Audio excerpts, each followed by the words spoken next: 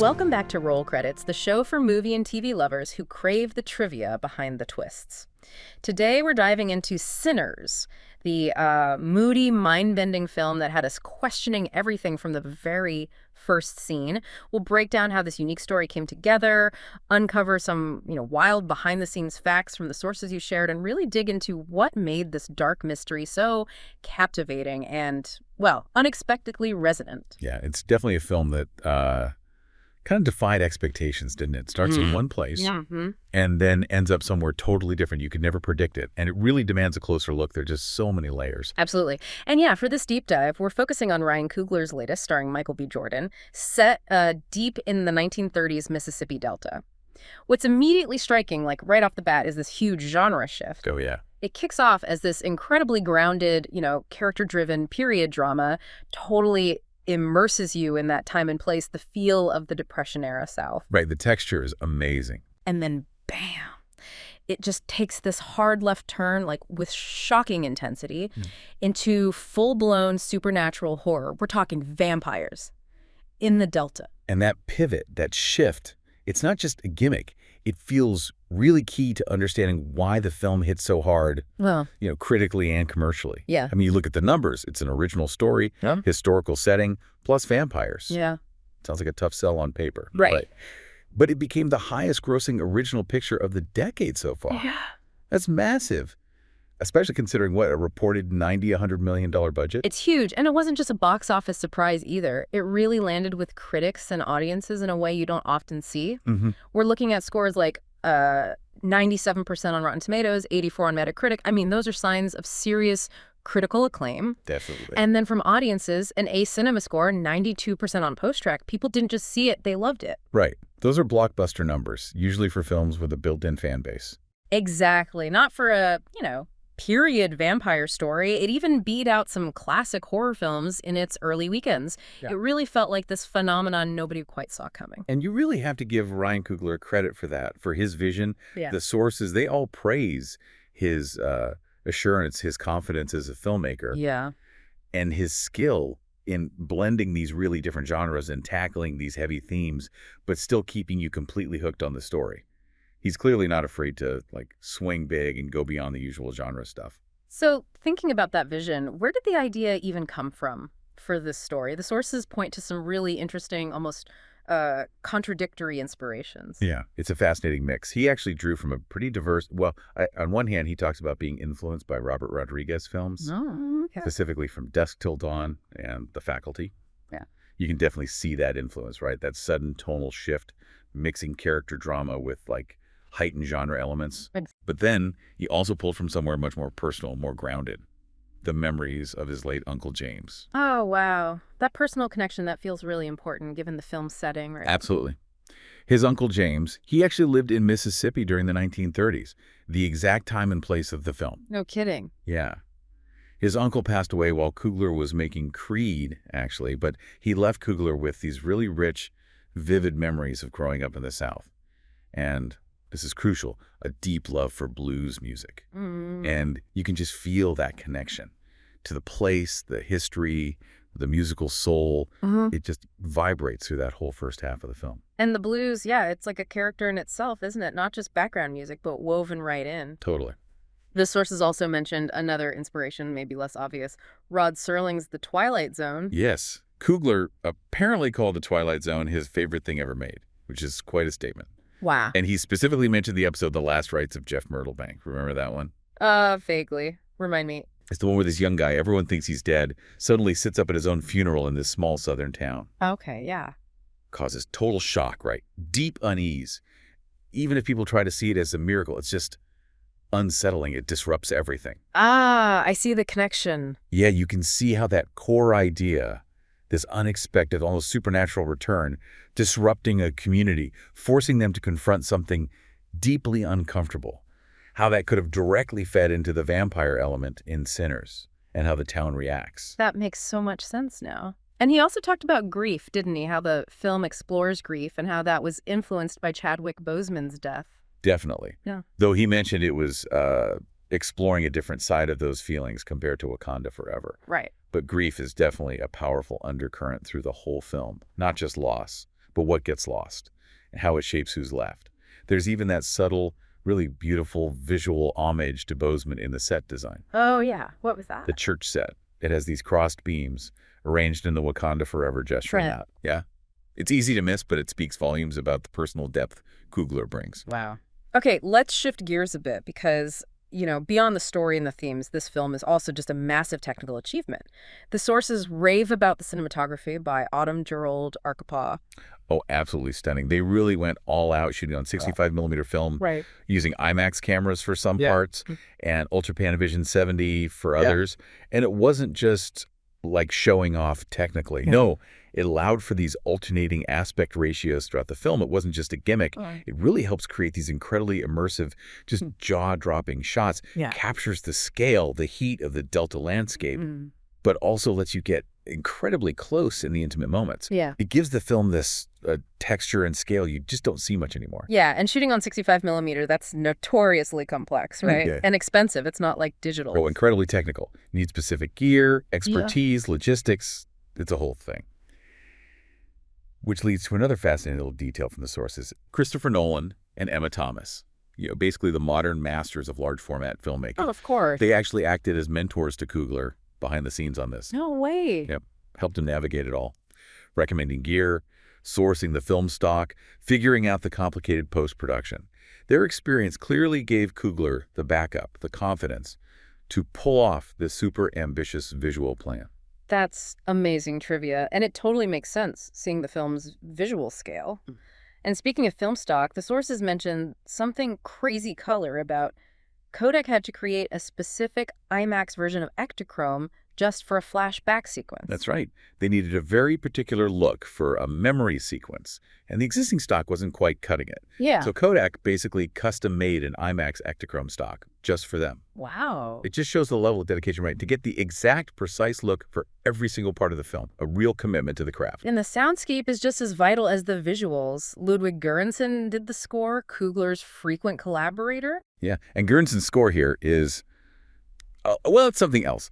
The sources describe it as this fusion of, like, almost every genre you can think of. Folk, soul, blues, hip-hop, classical, funk, pop, rock, synth sounds, R&B. It sounds like it shouldn't work. Like, reading that list, you think, how? Exactly. It sounds like musical chaos defies logic. Yeah. But somehow, It just works perfectly. it really does. It somehow captures the historical roots, the blues, but also mirrors the film's own genre bending and pushes it all into this really unique modern space, both rooted and unexpected. And the soundtrack album itself is a mix too, Göransson stuff alongside artists like Brittany Howard, Rod Wave, James Blake.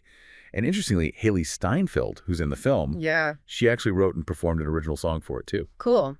That blend of classic and modern sounds, it feels like a perfect match for the film's whole vibe. Totally. Now, let's get into the heart of it. The characters, the performances, Michael B. Jordan taking on that massive challenge of playing twin brothers, Smoke and Stack. Yeah, playing identical twins. That's one of the toughest gigs for an actor, right? Needs immense technical skill, timing, coordination. Basically acting against yourself a lot of the time. Right. And Jordan really went deep on it. Worked with twin consultants, Logan and Noah Miller, friends of Coogler's, actually to get insights into that unique twin dynamic, the psychology. Ah, smart. And technically, he used an actor named Percy Bell as his body double, plus some sophisticated CGI, to make those interactions look completely seamless. I remember that line Stack has about Smoke being the best part of me. It really hits hard, and it connects to that idea the sources mentioned, the Go Slim thing. Yes, exactly. The consultants shared that powerful concept with Jordan, how for twins who've lost their twin, the connection is so deep it can feel like a literal piece of them is missing. Wow. Like a phantom limb, this intense, almost physical bond that just remains.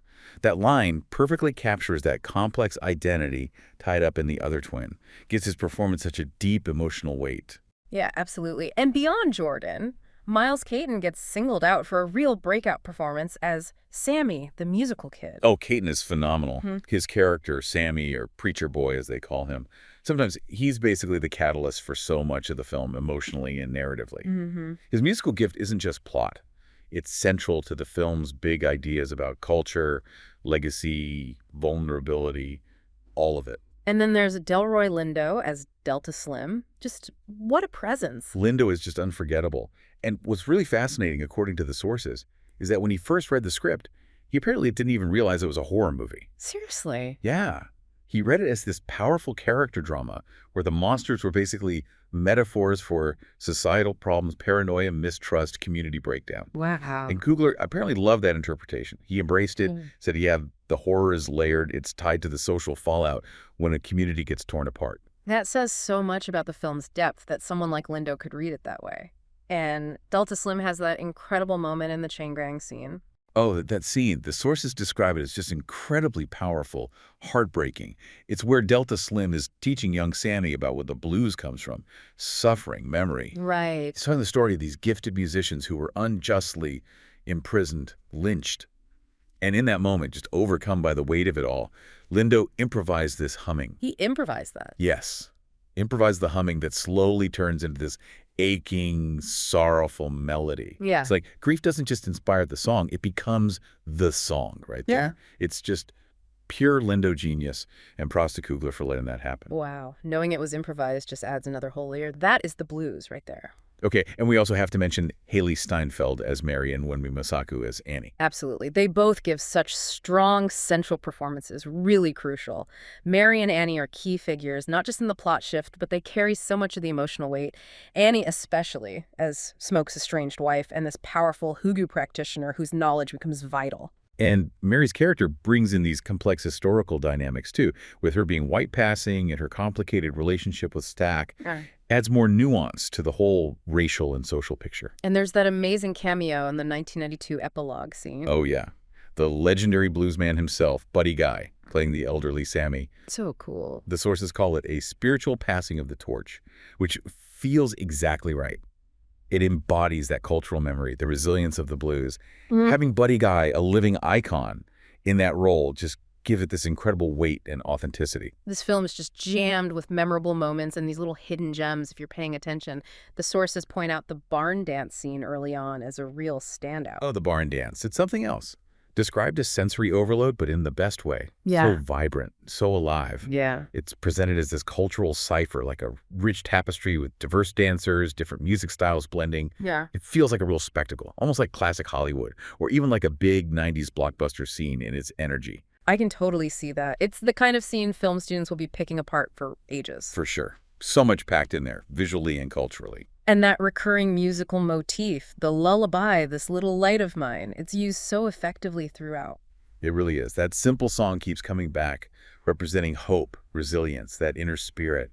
And its final appearance, you know, in that post-credits flashback with young Sammy playing it on his guitar. Yeah. It's just incredibly moving, really underscores that theme of carrying your light, even in the dark. And there are cool historical details woven in, too, like Smoke's vision for Sammy's future. That wasn't just made up. No, that was inspired by a real place. Yeah. The historical all-black town of Mound Bayou, Mississippi. Really? Yeah, founded by formerly enslaved Black Americans back in the late 19th century. A self-sustaining community built on freedom and resilience. An extraordinary act of self-determination right in the Jim Crow South. And it still exists today. Wow. So presenting that to Sammy as a potential future, it's this powerful symbol of the safety and freedom Smoke desperately wants for him. That adds so much meaning. And speaking of historical markers, that 1992 epilogue scene, the date, has a specific Candyman connection, right? It does. October 16th, 1992, which is the exact release date of the original Candyman. No coincidence there. Definitely not. Both films are partly set in Chicago, where the twins and sinners used to hustle mobsters. And they share these overlapping themes. Haunted legacies, history's violence echoing through time, tragic love, ghosts, literal and metaphorical. It's a really smart, layered homage connecting sinners to that legacy of black horror storytelling. And for the detail hunters, the sources mention Easter eggs, like newspaper clippings in Pearline's bar. Yeah, those are great little in-world details. They hint at the twins' past hustles that get mentioned, but also subtly build out the vampire lore. Like one clipping mentions a shipwreck off Ireland. Ah, the Irish vampire villain Remick. Exactly. Very likely a connection. It's a clever way to see the world's history without just dumping exposition. And definitely stick around for the credits, because there are multiple post-credit scenes. Oh yeah, stay put. Sources say there are two, serving different purposes. One feels like it might extend the story, maybe hint at what's next or a bigger world. The other is described as more symbolic, like a final thematic note. Coogler clearly wants you thinking long after the main story wraps. Okay, just a fun fact to lighten things up after all that vampire talk. The original working title was apparently Grilled Cheese. Yes. Apparently that was Coogler's metaphor for the intended tone early on, something universally loved. Satisfying, maybe deceptively simple, but ultimately comforting. That's hilarious. And, let's be real, it probably helped keep the whole project completely under wraps during filming. No one's looking for secrets in a movie called Grilled Cheese. Two truths.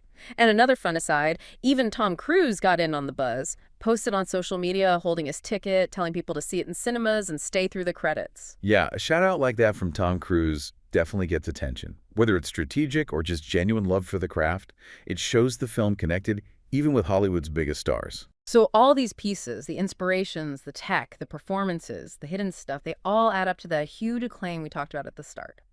But, as the sources also point out, the film wasn't without some debate, right? Particularly around that big tone shift in the second half. Right, this is where you see a bit of divergence among critics. While most reviews were raves, some felt that the really rich emotional and thematic depth built up so carefully in the first half. Well, that it got a bit lost in the second half when the supernatural horror, the action, the gore, really took center stage. So the argument was kind of like it stopped being this deep character drama and became just a vampire movie. Basically, yeah. Some felt the thematic weight got sidelined by the genre spectacle. However, and this is where the deep dive gets really fascinating, there's this powerful counter-argument, particularly from commentators in the sources, especially Black critics and scholars. Okay. They argue that shift wasn't a flaw at all, that it was entirely purposeful, that it serves as this profound allegory for the Black experience in America. Right. How does that work? How is the shift an allegory? Well, the argument goes like this. The vibrant community, the rich culture, like the music, the lives full of promise we see in the first half that represents Black life and culture thriving against the odds. And then this sudden, violent, invasive horror element bursts in and just abruptly cuts it all short. It's seen as representing those external forces, systemic violence, oppression, denial of freedom, historical trauma that have consistently invaded and destroyed Black lives and potential throughout American history. So the vampires aren't just generic monsters. They're embodying those real destructive forces that prey on Black existence and expression. Exactly. It completely reframes how you watch the film. The debate then becomes, is Sinners a movie that fumbled its genre shift? Or is it using horror not just for scares, but as this permanent, visceral metaphor for historical reality and ongoing struggle? The film explicitly explores these complex themes. Cultural connection, legacy, but also appropriation, like who gets to profit from Black culture. Spirituality, even what the sources call the blood-sucking perversion of religion, used to justify oppression. That interpretation really elevates it, doesn't it? Beyond just plot mechanics or action, it makes you really think about the meaning behind the violence, the suddenness of it all. It encourages that critical thinking the film seems to actively invite you into. It takes all those specific details, the blues born from pain, Mound Bayou as a symbol of threatened freedom, the Candyman link to haunted legacies, and weaves them into this bigger, really powerful statement. And if we loop back to the music, the blues, and connect it with that allegory, it really highlights this deep paradox, right? At the heart of the blues, maybe Black cultural expression generally, it's born from struggle, from pain, yeah. But it's also this incredible source of transcendence, power, resilience. Yet the very act of expressing that truth, of letting your little light shine through your music, your culture, ironically, that can make you a target. It can attract those very forces of darkness, whether they're societal or supernatural, that want to snuff out that light or exploit its power. What does it really mean when your deepest expression of self also makes you vulnerable? Wow. That's a heavy, powerful thought to end on. Definitely something that sticks with you long after the credits roll. Indeed, it really does. And that wraps up our deep dive into Sinners. If you enjoyed exploring the darker side of storytelling and unpacking the layers with us, make sure to subscribe wherever you get your deep dives. We'll be back soon with more trivia and film facts, maybe even something a little lighter next time. Until then, keep watching.